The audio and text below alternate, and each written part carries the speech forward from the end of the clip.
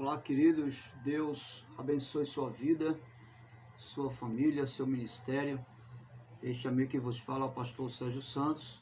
Estamos de volta à nossa próxima aula e desta feita estaremos abordando o capítulo 4 do Apocalipse. No nosso livro, no livro do curso, nós estamos na página 47, o segundo capítulo, né, do nosso livro, e que tem como epígrafe temática a soberania do Deus Criador. E nós vamos estar abordando alguns pontos importantes aqui para termos uma compreensão mais clara, podemos dizer assim. Mas antes eu quero convidar você para orar. Se você ainda não orou, ore comigo. Pai bendito, muito obrigado pela bênção de poder orar e orar ao Senhor. Obrigado pela bênção de estar de volta e poder transmitir aos teus servos, Senhor, a tua palavra.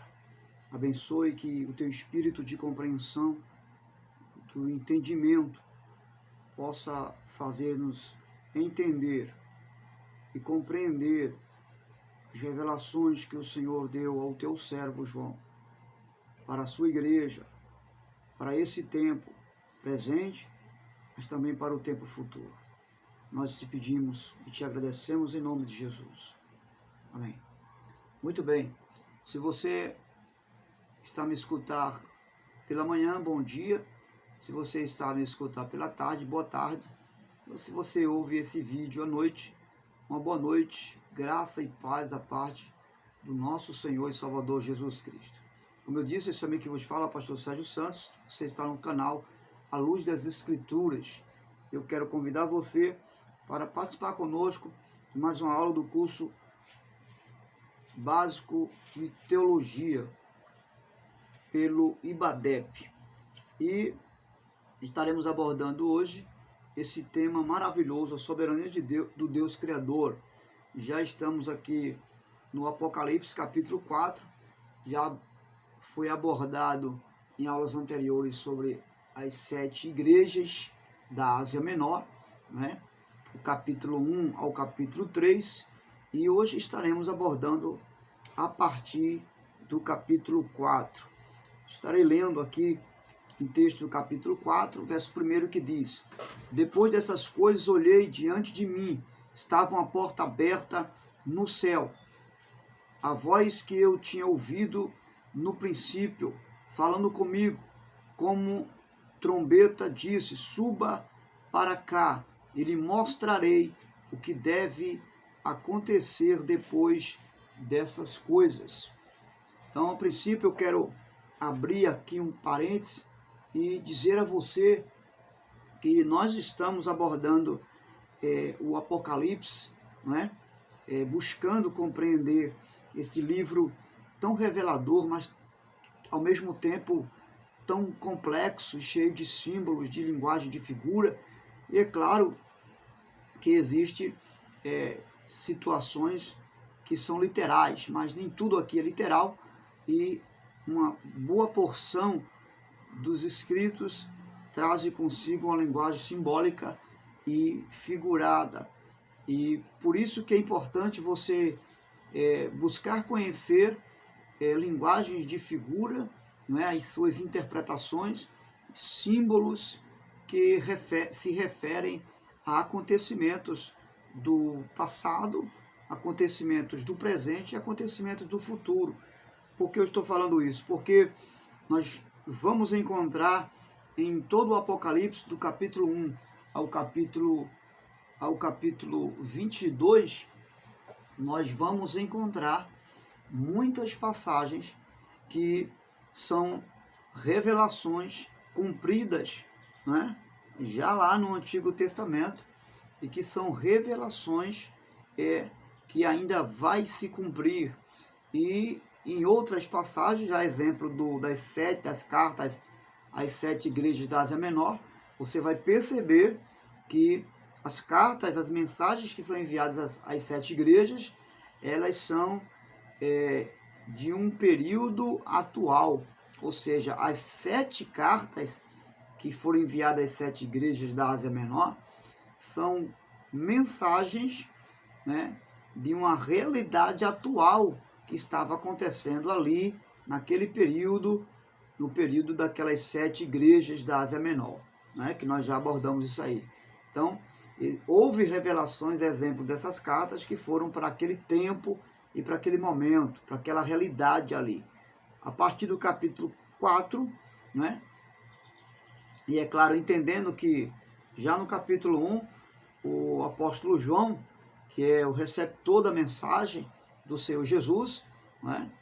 Ele vai já revelar, né, no capítulo 1 e versículo 7, a segunda vinda do Senhor Jesus. Lembrando aqui, tá? É bom lembrar isso sempre, que estamos tratando do Apocalipse em uma visão dispensacionalista, ok? Essa visão que estamos tratando aqui é uma visão dispensacionalista. Existem muitas outras correntes teológicas, a exemplo dos amilenistas, que é o oposto, né, dos pré-tribulacionistas, que são os dispensacionalistas.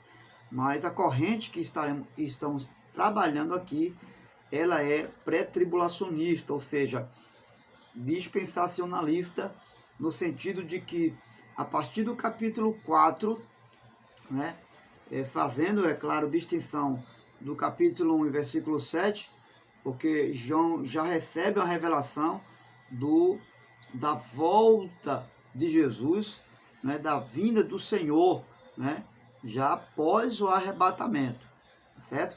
Então, a partir do capítulo 4, nós vamos perceber que João vai receber uma revelação e Jesus, é claro, ele que chama João num tipo de uma simbologia até do arrebatamento da igreja, né? E quando ele sobe, Jesus diz: suba para cá e lhe mostrarei o que deve acontecer depois dessas coisas. Quando ele fala depois dessas coisas, está falando após o arrebatamento da igreja, né? Até porque esse cenário, a princípio do capítulo 4 e versículo 1, ele é uma revelação do arrebatamento, propriamente dito, né? João, poderíamos dizer que João simboliza aqui a igreja do arrebatamento, essa pessoa, esse ser que ele ouve aqui com uma voz de trombeta, né?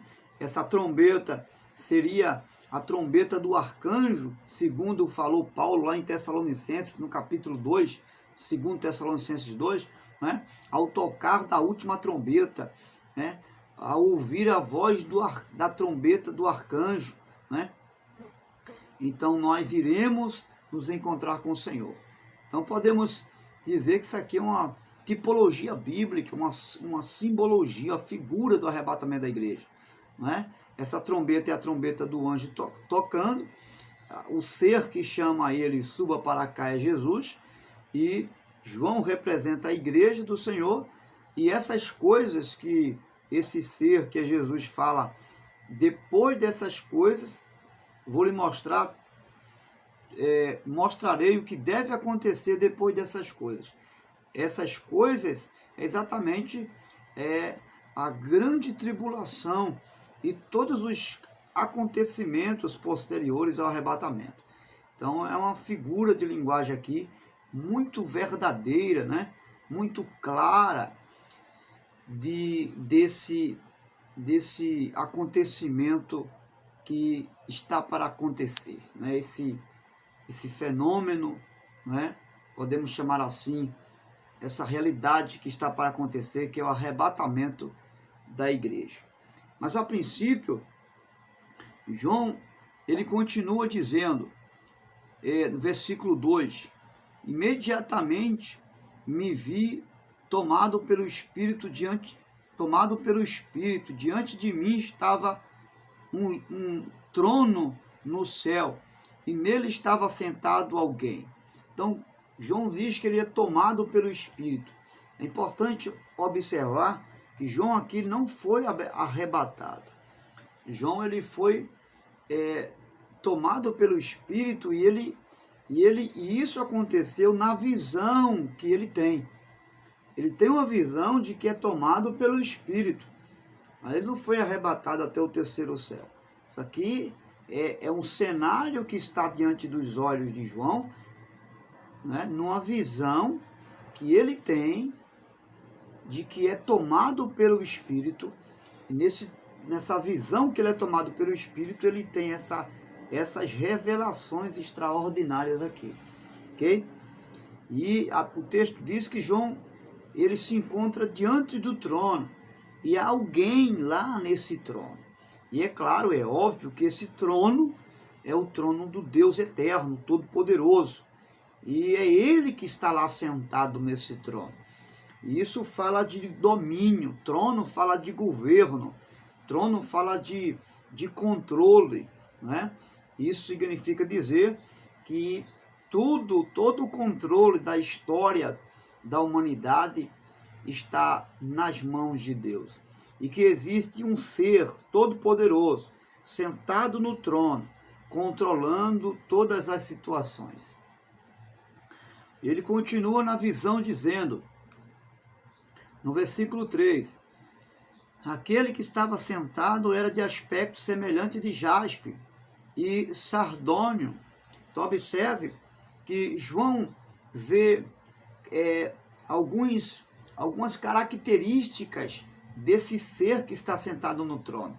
Primeiro ele vê a semelhança de um jaspe, de uma pedra, né, de jaspe, que é uma pedra preciosa, uma pedra branca, brilhosa, resplandecente.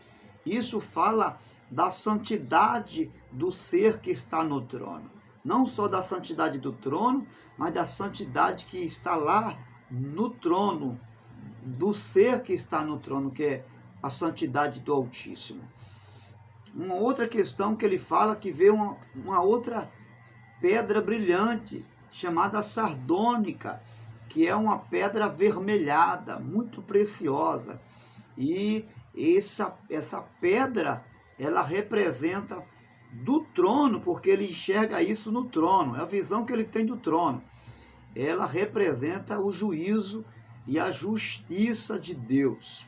Então, nós já temos aí dois atributos. Observe que João não traz detalhes do ser. Ele não consegue, ele não fala como é esse ser, mas ele fala de atributos desse ser, né? E os primeiros que nós vemos aqui, como base do trono de Deus, é a santidade e a sua justiça. Continuando, ele vai dizer,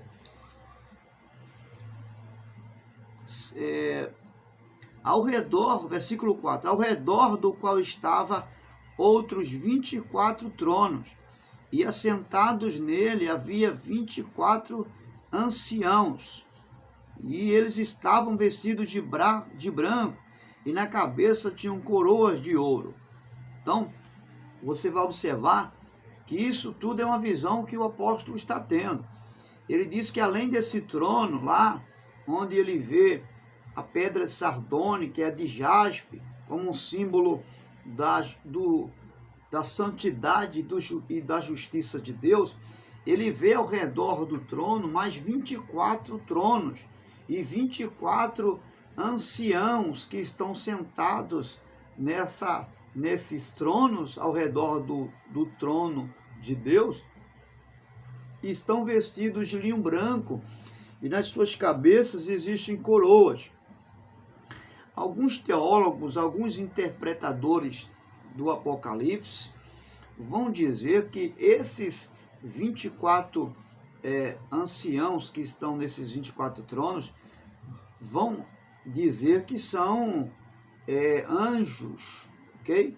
Que são anjos que estão no topo da hierarquia angelical, ok? E que estão ali nesses tronos. Só que algo que nós precisamos entender e observar para não fazermos uma certa confusão é que quando nós lemos, o texto está dizendo que João, ele vê 24 tronos e sentados nele havia 24 anciãos. Então, observe aqui a expressão ancião. A designação para ancião aqui, do grego, é apóstolo ou presbítero, ok? Mais precisamente para presbítero, né? E não anjo.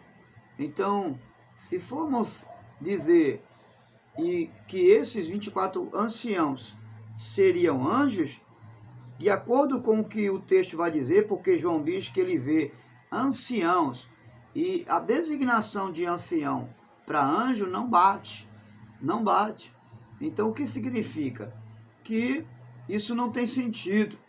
Uma outra interpretação, a alusão a anjo, dos 24 que estão sentados nos 24 tronos, é que eles estão vestidos de branco, de linho resplandecente. Também não justifica dizer que são anjos. Por quê? Porque nós vamos observar que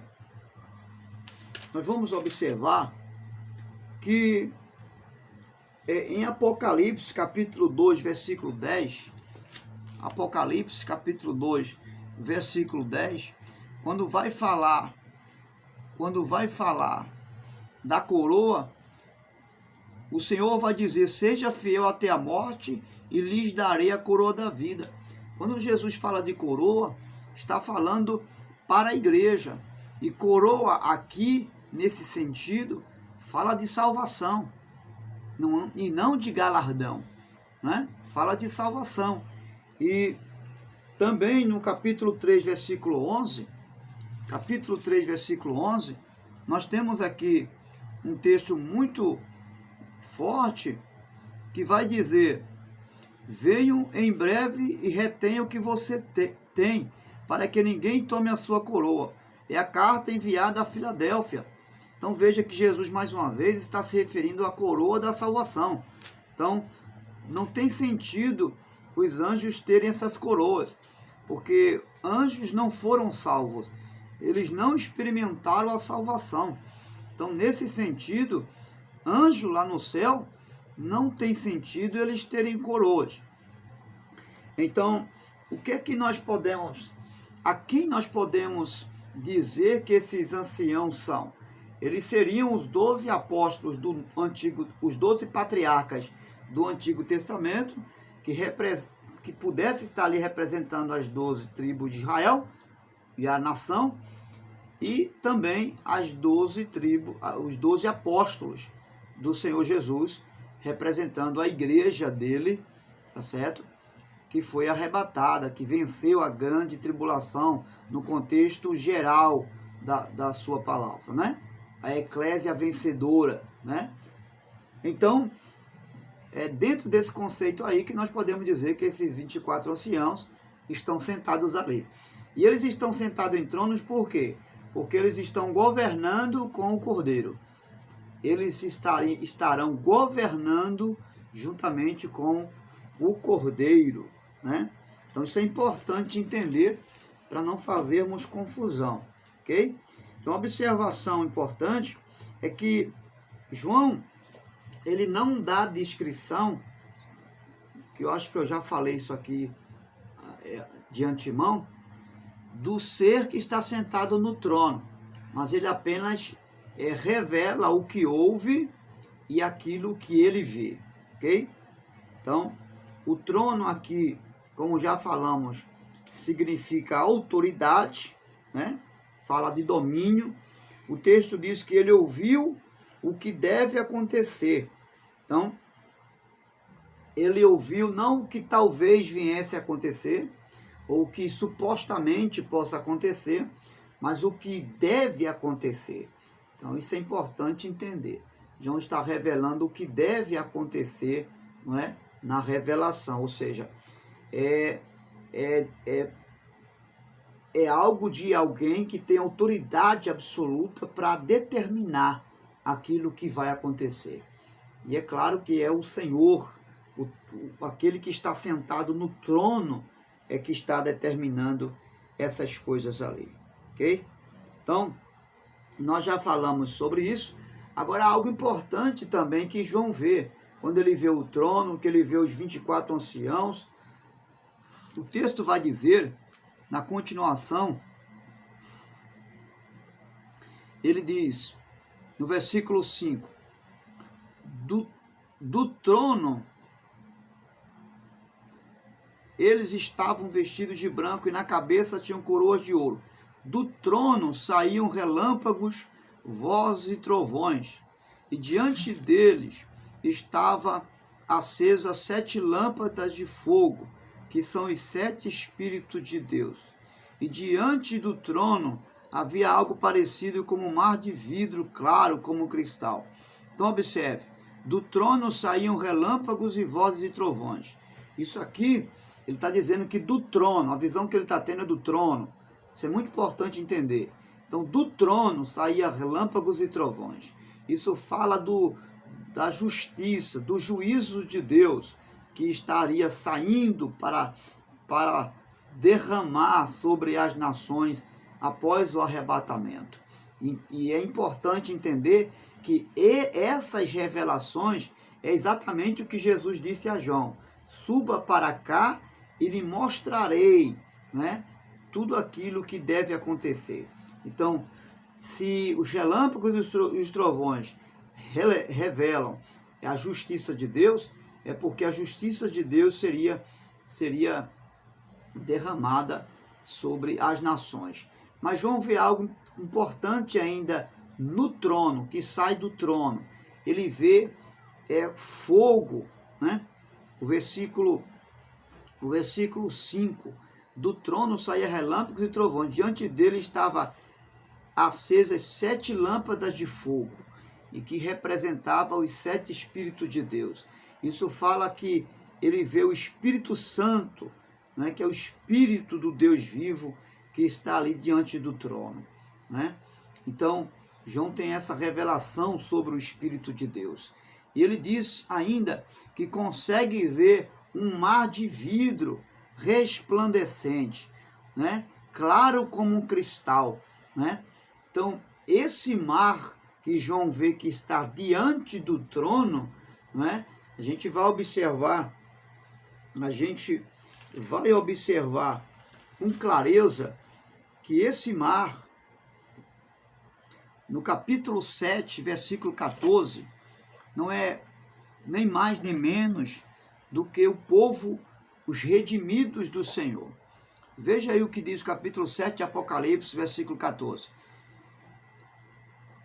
E ele disse, versículo 13, então um dos anciãos perguntou, quem são esses que estão vestidos de branco e de onde vieram? Respondi, Senhor, tu sabes. E ele disse, estes são os que vieram da grande tribulação e lavaram suas vestes e as alvejaram no sangue do Cordeiro,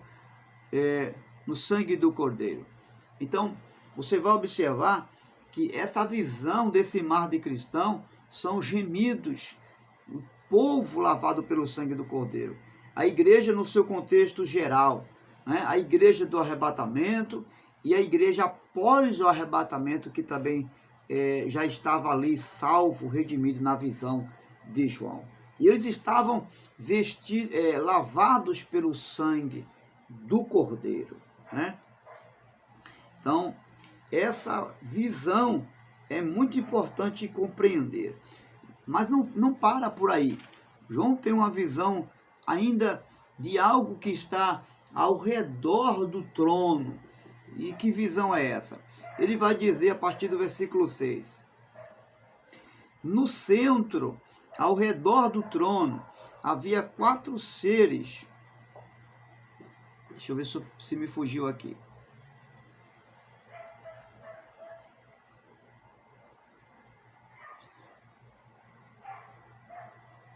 Versículo 5.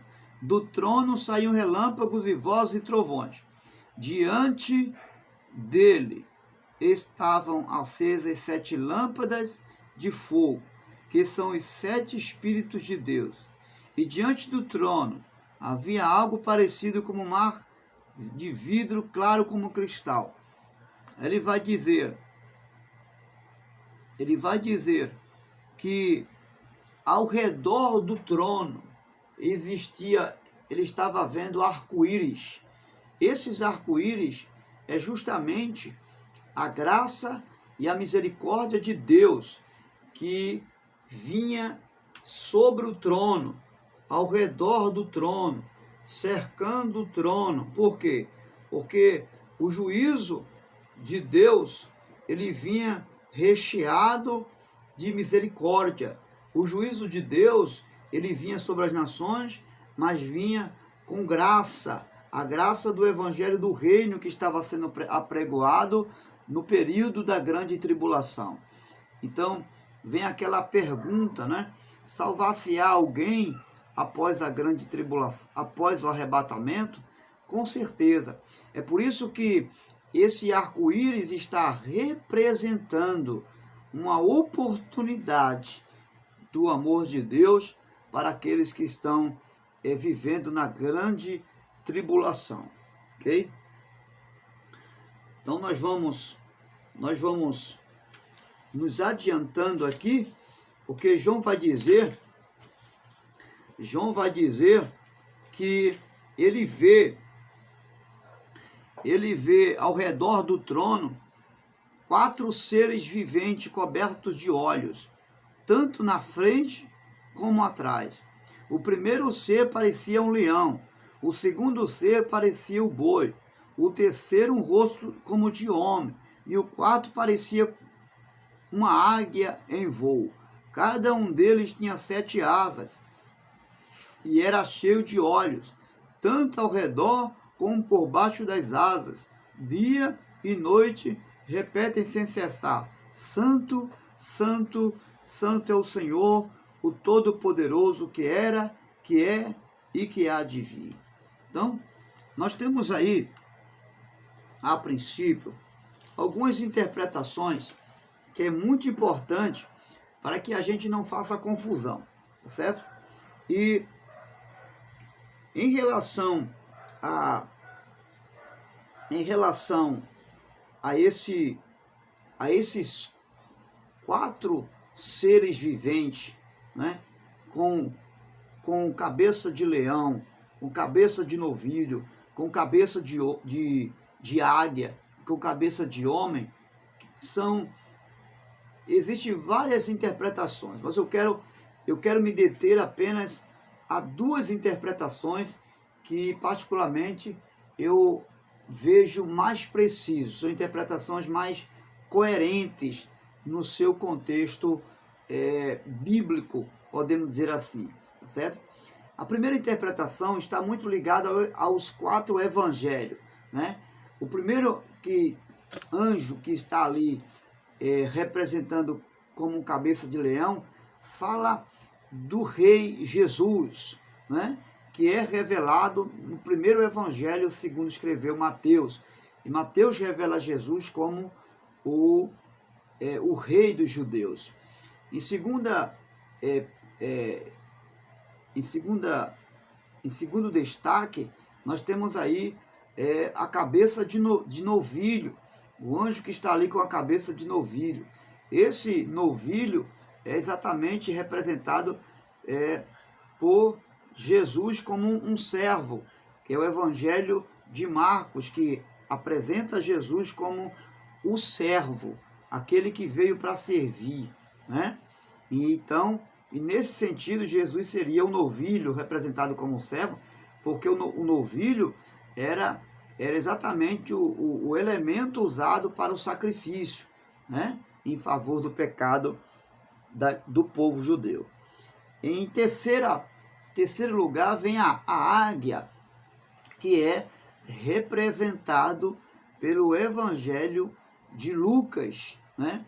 Jesus vai ser representado ali como aquele que veio do céu, né? Aquele que veio do céu e na verdade é o Evangelho de João, né? O Evangelho segundo escreveu João que vai falar que Jesus é representado como aquela cabeça de águia, porque ele veio do céu, né? No contexto de que as águias elas vivem no ar, no alto, né? Então essa é a alusão para para o Evangelho segundo João, que disse que no princípio era o Verbo, e o Verbo se fez carne e habitou entre nós.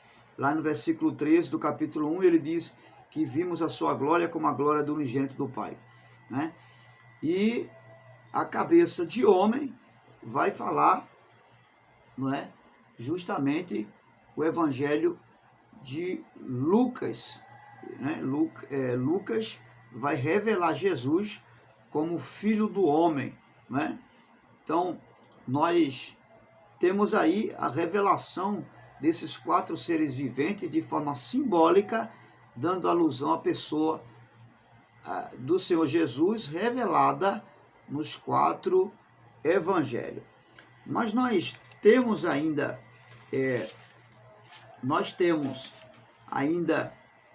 aí uma outra interpretação, que é a interpretação no que diz respeito a seres angelicais. Alguns teólogos dizem que esses seres viventes são anjos bizarros, que estão ali representando, não é?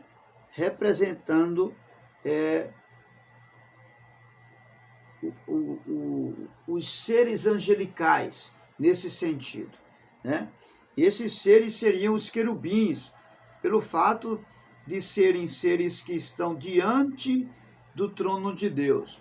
E segundo a visão do profeta Isaías, né, quando ele vê a glória de Deus, é exatamente esses querubins que estão lá dizendo, no termo hebraico, Kadosh, Kadosh, Kadosh.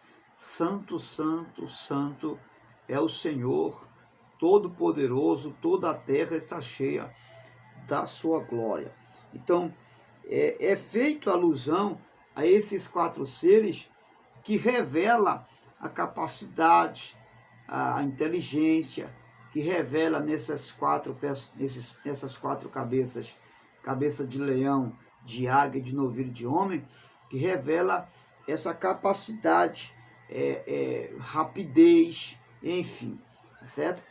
E é nesse sentido aí que vai trazer essas simbologias. Mas existe uma outra interpretação ainda, que vai falar em relação à natureza. Há alguns intérpretes que diz que essas 4 cabeças revelam muito sobre a natureza. Então, o leão representaria os animais, né, da criação do Senhor, o novilho representaria os animais domésticos, a águia representaria as aves, né, e o homem a coroa da criação de Deus. A cabeça de homem a coroa da criação de Deus, certo? Então, são nesses aspectos que é revelado aí esses 4 seres viventes, ok? E aí é importante a gente entender o seguinte: no capítulo 5, e versículo 13 e 14, tá?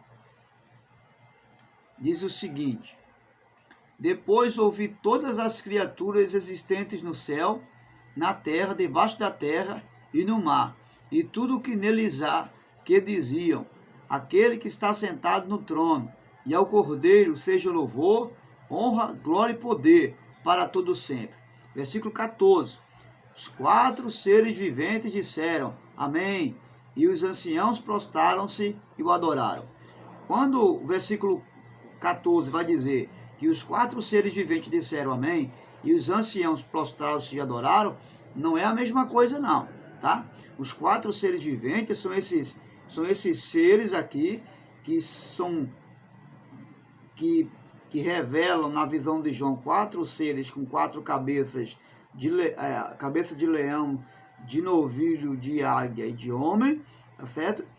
E os anciãos são aqueles que são os 24 anciãos sentados no trono, que se prostram diante daquele que é o Cordeiro de Deus, ok? Para a gente não fazer nenhuma confusão em relação a isso aqui, ok? Então, você pode abrir aí na página 49 do livro, nós vamos tratar sobre os 7 selos. Mas antes de falar propriamente sobre os 7 selos, nós temos ainda aí o livro e o cordeiro. Aí no capítulo 5 do Apocalipse, o livro e o cordeiro, né?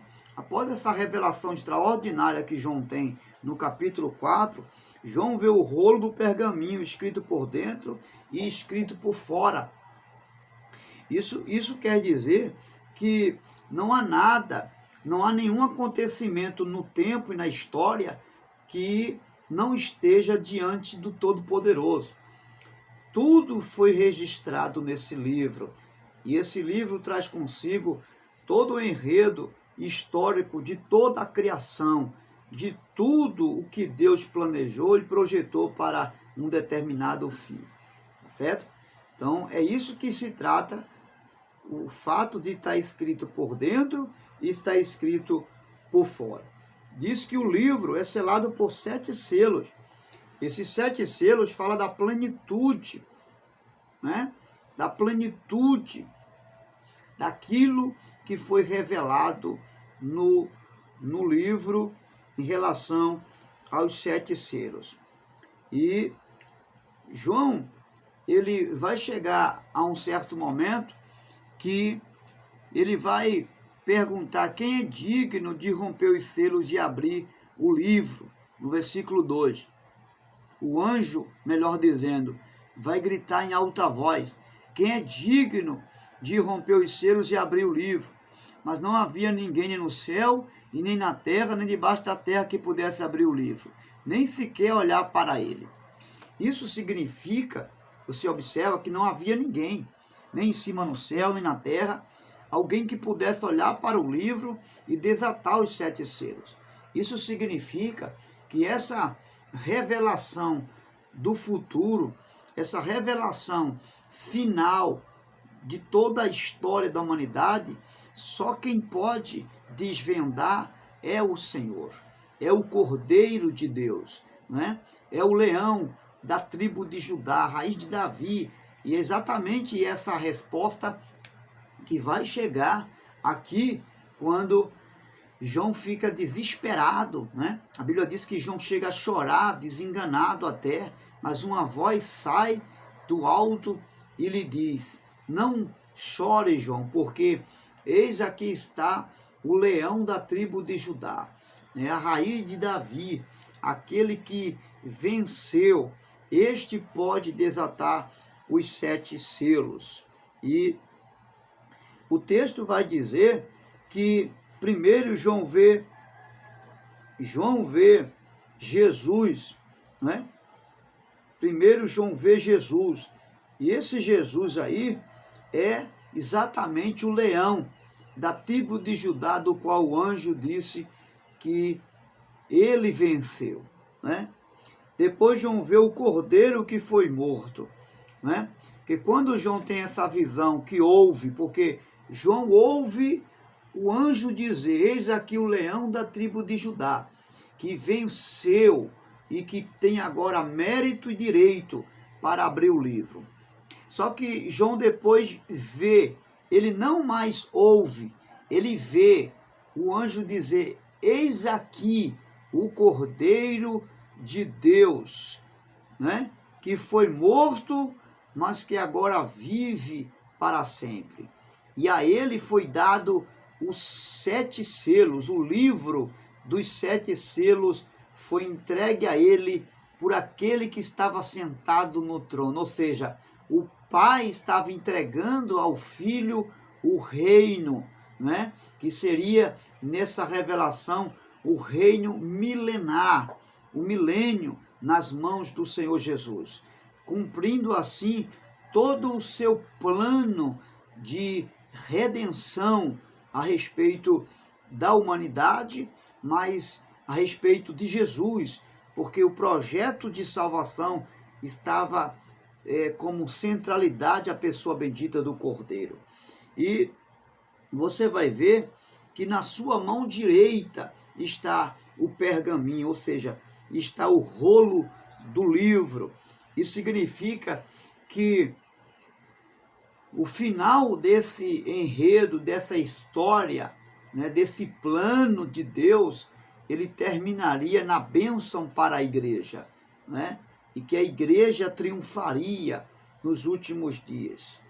E o fato do Cordeiro desatar os 7 selos, porque só o Cordeiro de Deus poderia desatar os 7 selos, isso revela que ele era o único que poderia cumprir o plano de Deus, não é? Porque só ele pôde abrir os 7 selos. Significa que só ele também poderia consumar o projeto de Deus, assim como ele consumou na cruz a nossa vitória e consumou ali também a derrota do adversário das nossas almas. Então você observa algo muito importante aqui, que quando João ouve dizer que o leão estava vivo, havia um leão, né, que venceu, que triunfou, o leão da tribo de Judá, a raiz de Davi, né, que veio da descendência de Davi, que era Jesus. Mas quando ele vê o cordeiro, a Bíblia diz que ele estava morto, mas reviveu. Significa dizer que Jesus venceu não como leão, mas ele venceu como um cordeiro de Deus. E é como o cordeiro de Deus que ele também agora, nesse tempo presente, né, e após o arrebatamento, que ele estará enviando os judeus que se converteriam ao Messias, né, como cordeiros a pregoar o evangelho do reino. Lembra no capítulo 10 de Lucas, quando ele vai comissionar os seus discípulos, os 70 além dos discípulos, e ele vai dizer: eu vos envio como cordeiros no meio de lobos. Pois é, essa é a visão, é a mensagem da morte do Cordeiro de Deus e da sua ressurreição. Ele quer que agora a igreja, ela tenha essa visão daquilo que ele fez por ela. Ele venceu como um cordeiro, né, dando a própria vida por aqueles que nem mesmo ainda o conheciam. Ele nos amou, né, antes de nós o amarmos. Então você observe que o que Jesus nos ensina aqui é que nós devemos, no século presente, vencer os nossos inimigos não como leão, mas como um cordeiro de Deus. E se preciso for, dar a vida, não é, como uma representação do amor de Cristo, que também amou a ponto de se entregar na cruz por mim e por você. Então essa é a visão. E a continuação da leitura vai dizer que esse livro está aberto pelo Cordeiro. Ou seja, ele foi aberto pelo Cordeiro e que agora representa duas coisas. Se ele foi aberto pelo Cordeiro, e João diz que o Cordeiro de Deus é Jesus que tira o pecado do mundo, ou seja, que resgata a sua igreja, que redime a sua igreja, significa que ele é o governo, ele está a governar e a igreja também está a governar com ele, né? Tanto é que quando Jesus voltar, né, para julgar as nações após o arrebatamento, né, então ele virá com a igreja, com os seus santos glorificados, né? Então isso é muito importante para que eu e você possamos entender essas verdades. Então o Cordeiro aqui, na continuação da leitura, você vai ver que o Cordeiro, ele aparece com 7 chifres, e esses sete chifres representa a plenitude da sua força, né? Vai falar que ele também tem muitos olhos, ele é rodeado de olhos em cima e embaixo.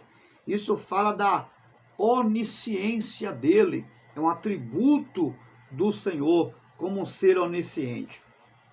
O texto diz que ele está em pé no meio do trono. João vê ele em pé no meio do trono. Isso significa que ele está pronto posicionado, não só para arrebatar a sua igreja, mas para julgar as nações. Aqui nesse caso, como é uma revelação após o arrebatamento, ele está posicionado, pronto para julgar as nações como grande juiz, né? Então, esse é um dos significados do fato dele estar em pé.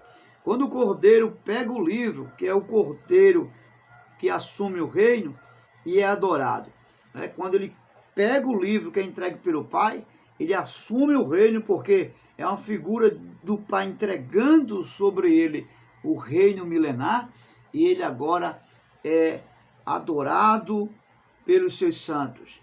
Nós vemos isso aí no capítulo 5, do versículo 9 ao versículo 10, né? E é adorado por todos os seus santos, toda a igreja redimida do Senhor Jesus.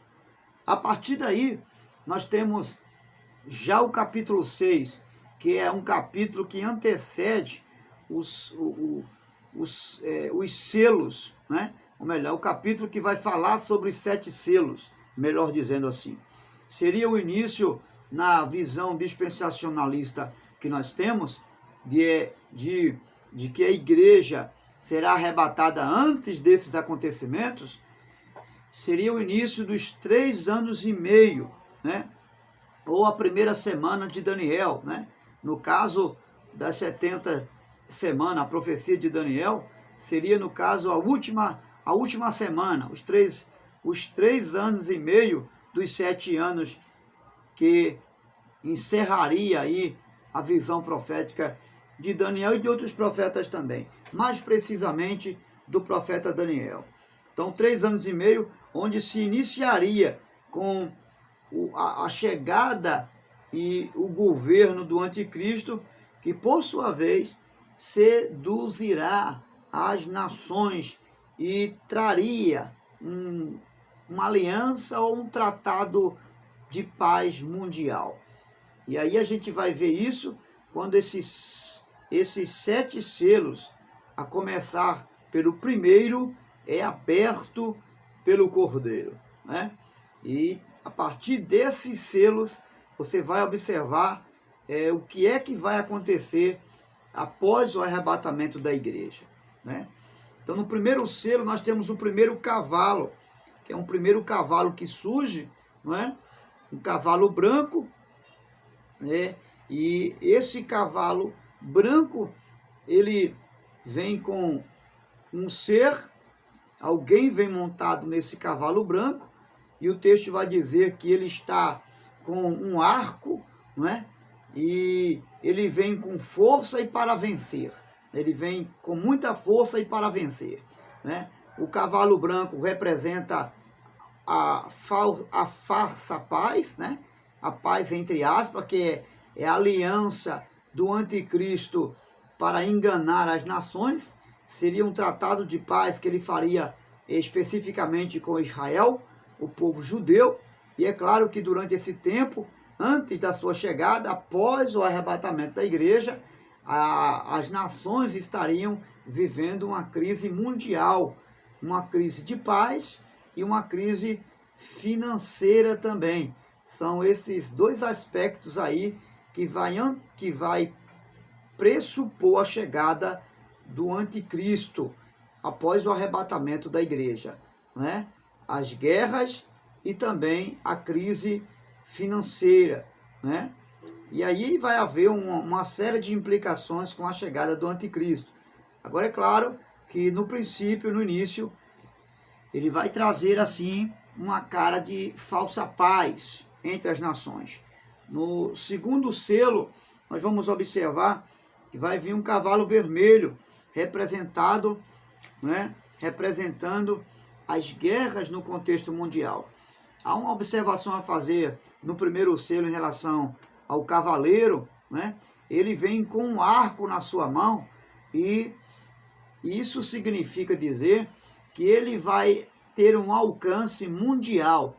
O arco fala de alcance, né? E uma flecha que você lança e ela tem um determinado alcance distante. Flecha não é para alcançar algo que está perto, é para alcançar algo que está a longa distância. Isso significa que esse anticristo, ele vai vir com um longo alcance, ou seja, com um poder mundial, podemos dizer assim, sobre as nações. E aí o cavalo vermelho representa um tempo de guerra, né? E o cavalo preto, que é o terceiro selo, seria grande fome assoladora no meio das nações. E aí onde vai surgir também a besta que emerge da terra, né?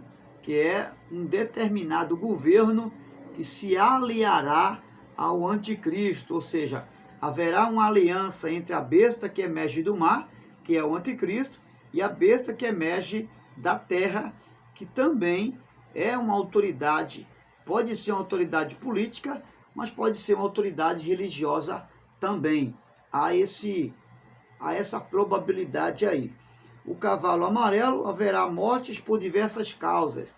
A morte não será apenas por causa da perseguição aos cristãos, porque esses selos que estão surgindo aqui a partir do cavalo vermelho, eles começam a ser vivenciado a partir dos 3 anos e meio, tá?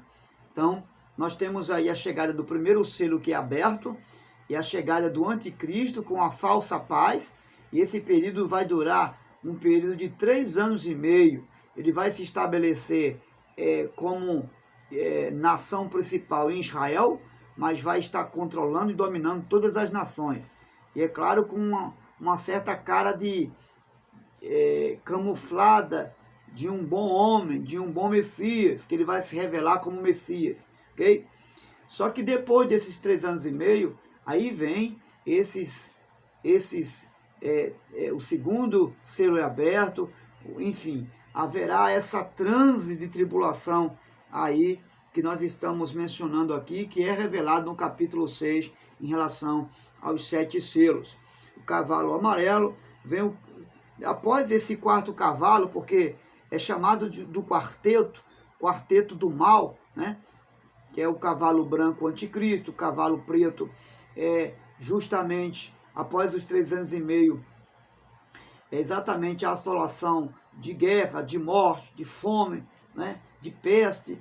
Então, são chamados do quarteto do mal, né? E após isso aí, João vê os mártires judeus que morreram nesse período de perseguição, que é o que está aqui no versículo 9 do capítulo 6 de Apocalipse. Quando ele abriu o 5º selo, vi debaixo do altar as almas daqueles que haviam sido mortos por causa da palavra de Deus e do testemunho que deram. Então, esses mortos aqui são judeus convertidos ao evangelho do reino, ok? Porque na grande tribulação, eles vão se converter ao Senhor, né? Nesse período em que Jesus, e esse será o período em que Jesus virá para socorrer a nação de Israel, dando livramento. E nesse período em que Jesus virá, haverá, né, a ressurreição desses que morreram no período da grande tribulação, ok? Então é importante a gente fazer uma observação aqui, que antes do 7º selo, haverá um período de interlúbio aqui, ok? Onde no período tribulacional, os judeus, tanto quanto os gentios, eles vão se converter ao Senhor. Quando o Senhor vier com a igreja, arrebatar a igreja, né?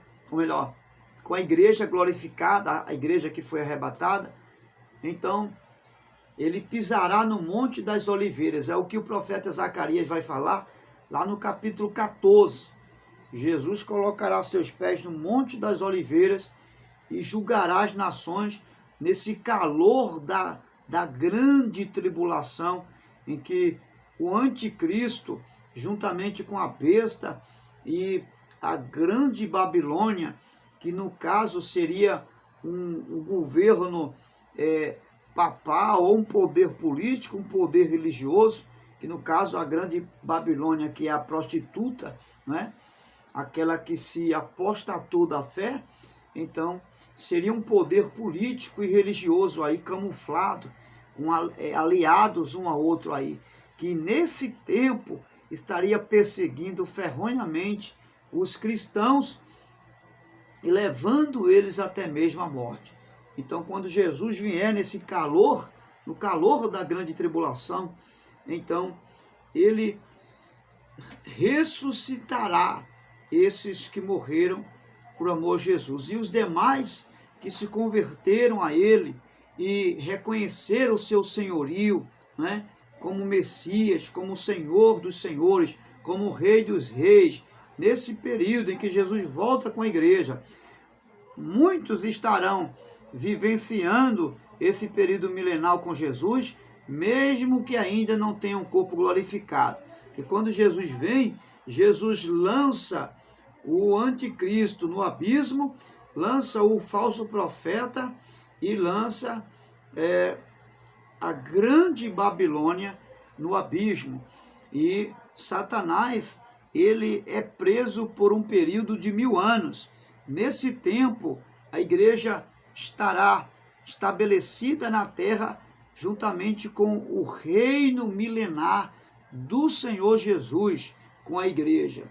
E aí, é claro, vale lembrar que durante esse período,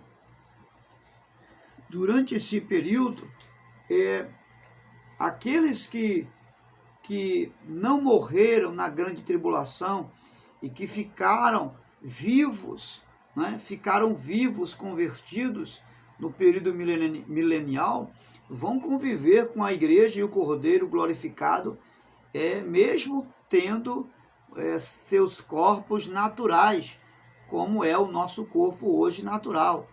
Fomos salvos, somos redimidos pelo Senhor, mas na linguagem natural, nós ainda não recebemos o corpo glorificado.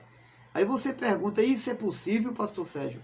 Sim, é possível à luz do que a gente consegue enxergar no que aconteceu com Jesus após o arrebatamento, após a sua ressurreição. O que foi que aconteceu com Jesus após a ressurreição?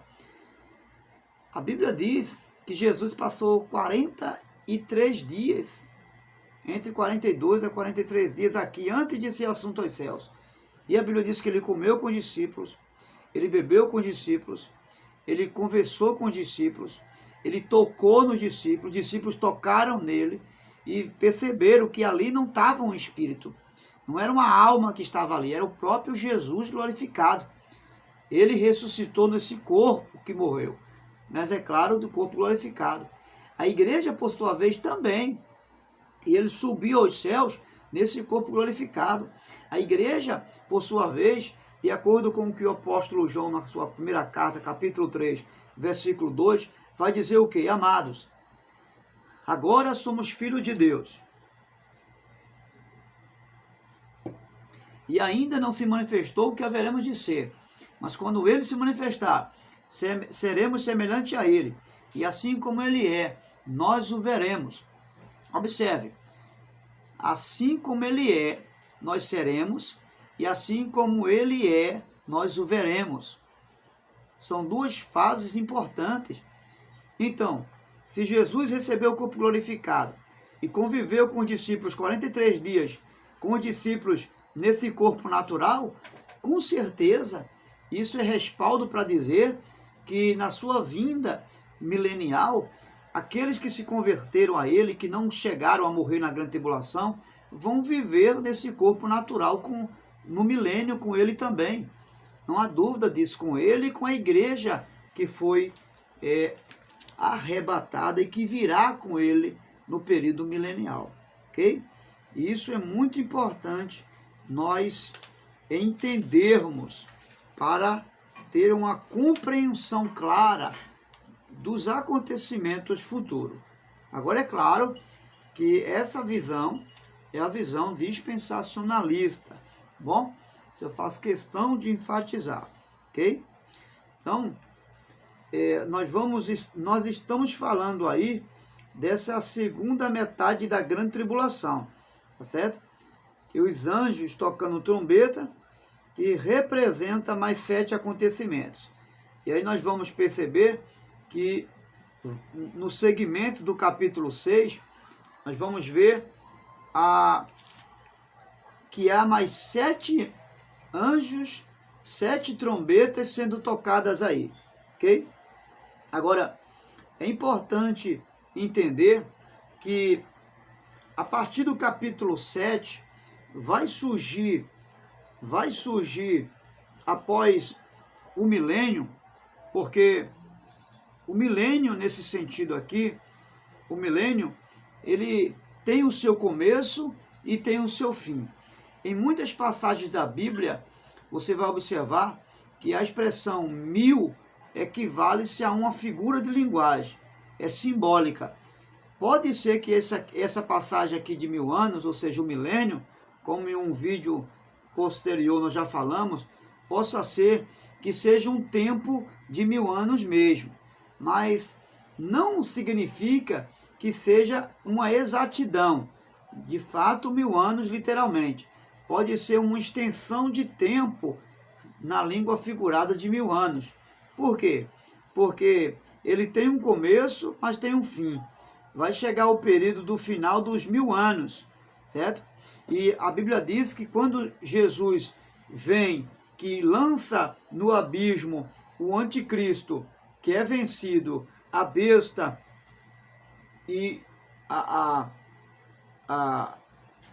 grande Babilônia, que apostatou da fé, que é lançada também com o anticristo e o falso profeta, Satanás é preso por um período de 1000 anos.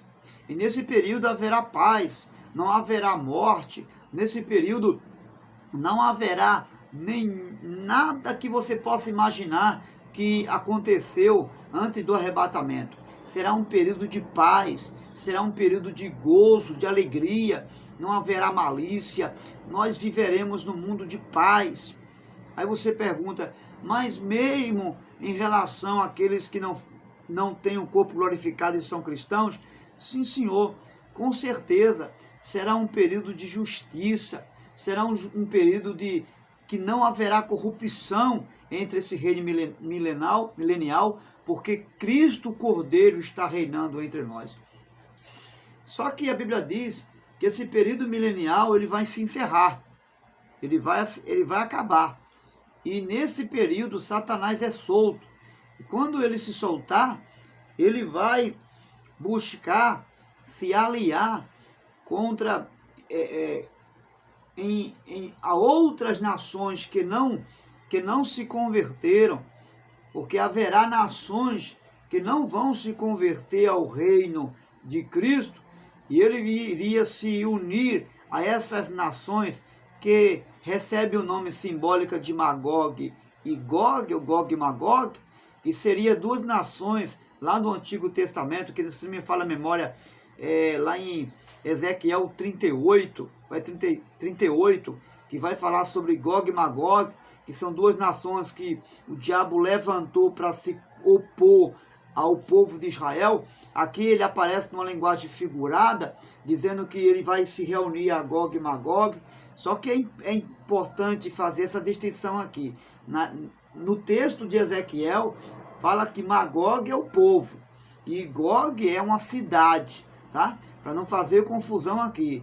Na linguagem aqui do Apocalipse, são duas nações, dos quais o diabo vai se unir para se levantar contra os cristãos que ainda resistem e que se converteram a Jesus no período da grande tribulação. Então ele vai se levantar e se opor ao povo judeu, a Jerusalém, com as outras nações. E é nesse período aí, tá? Durante esse período, que essas 7 trombetas, elas serão tocadas. E nesse intervalo, entre o 6º e o 7º selo, tá certo? Que vai haver aí as 2 testemunhas, tá?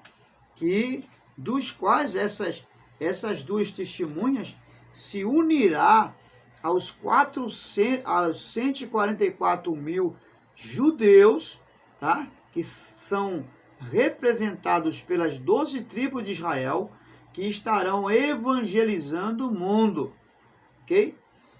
Que estaria evangelizando as nações, nesse período intercalado entre o 6º e o 7º selo. Tá? Isso é importante entender para nós não fazermos confusão aqui, tá certo? Eu queria só dar uma ênfase aqui em relação às duas testemunhas, tá? Só para a gente não se confundir aqui. Então, essas duas testemunhas, em algumas interpretações de muitas pessoas, essas duas testemunhas que aqui no capítulo 11 vai falar, dizem que seria Elias e Enoque, pelo fato dos dois não terem morrido para serem assuntos aos céus. Então, a alusão seria desses dois que não chegaram a morrer, né? Uma outra interpretação a respeito das duas testemunhas seria a afirmação de que seria Moisés e Elias, pelo fato de aparecer durante o período das duas testemunhas, surgirem alguns acontecimentos que na época de Moisés e Elias também surgiu. Por exemplo,